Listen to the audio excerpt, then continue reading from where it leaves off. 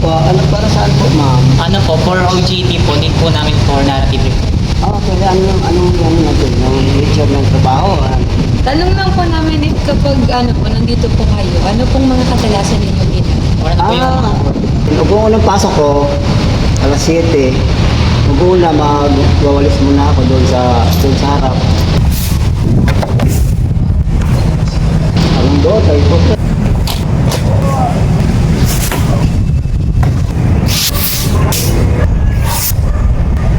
Kabilaan.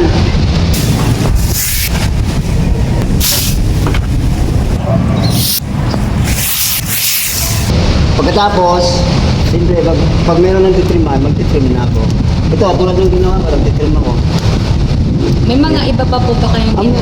Opo, pag tag-init po, magdidilig po ako. Lahat ng mga halaman dyan, dinidiligan yan. Pag tag-ulan naman, siyempre, libre ako, wala akong didiligan. Yun ang mahirap pag tag-init. Didilig ka talaga, hindi pwedeng hindi ka magdilig. Tapos, dito naman sa likuran, may malawak dyan, ginagrass cut po yan.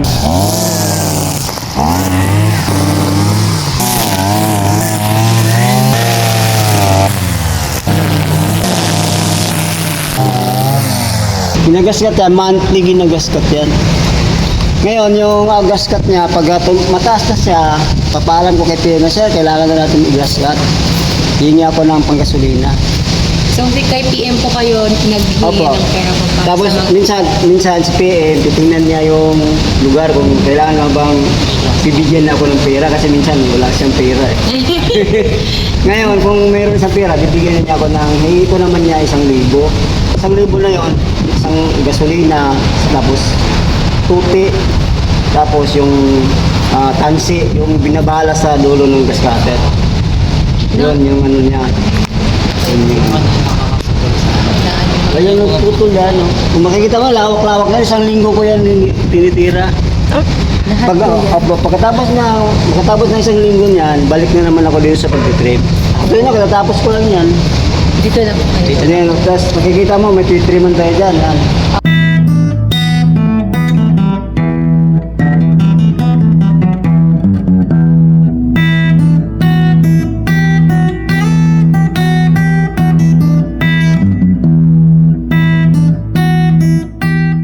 Pati yan, titriman na. Lahat yan, pati yan, titriman. Kaya, nagpa-order ako nito. Bago lang ito sa akin, dati kasi kunti na ako eh.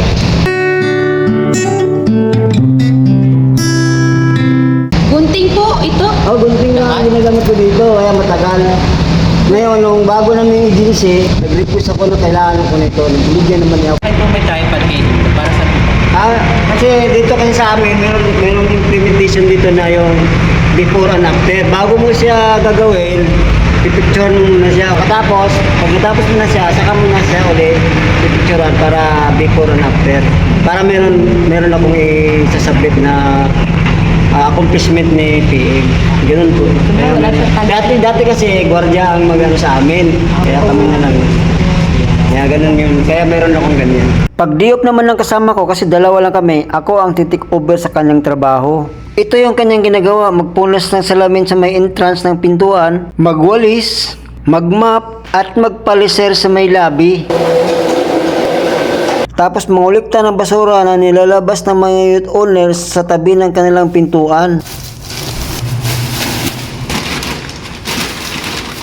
At dito iniipon. Lahat ng mga maliliit na basura pinagsasama-sama sa isang malaking garbage bag.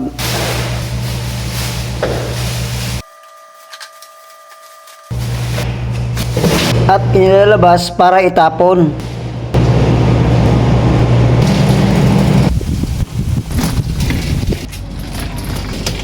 At dito itatapon sa MRF. Regular naman itong pinipick up ng garbage truck tuwing Martes, Huwebes at saka Sabado.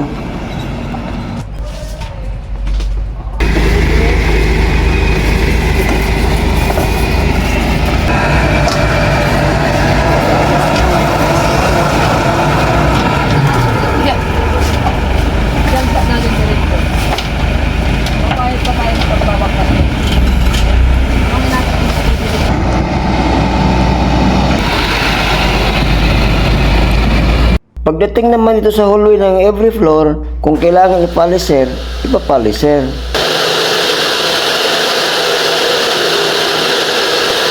Kung dito naman sa swimming pool, kung kailangan buhayin ang bubble motor para sa mag-request na naliligo, kailangan buhayin.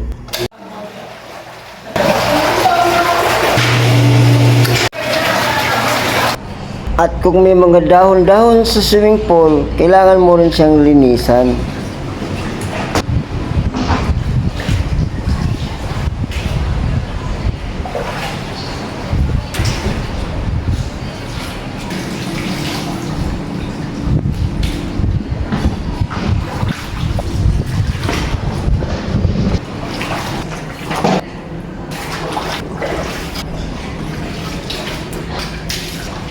Okay na, sir? Imagine mo ito yung bubuti. Thank you po. Okay na, ma'am. Thank you po. Nakiki-experience na rin ang dalawang nag-interview sa akin sa aking ginagawa. Taka doon, Borbe.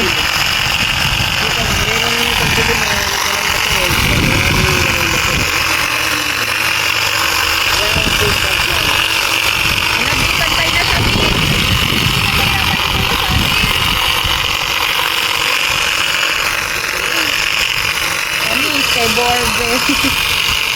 Ate, pantay mo ha. May talent ka pala sa pagtatik. Ang galing. May ganito pala. Alam ko, may ganito pala.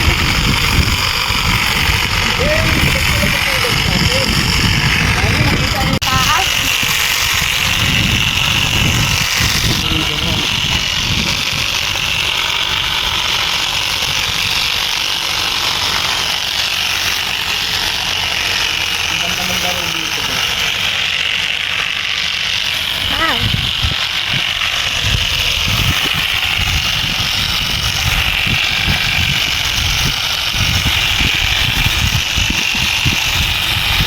Ang nakakangalay siya.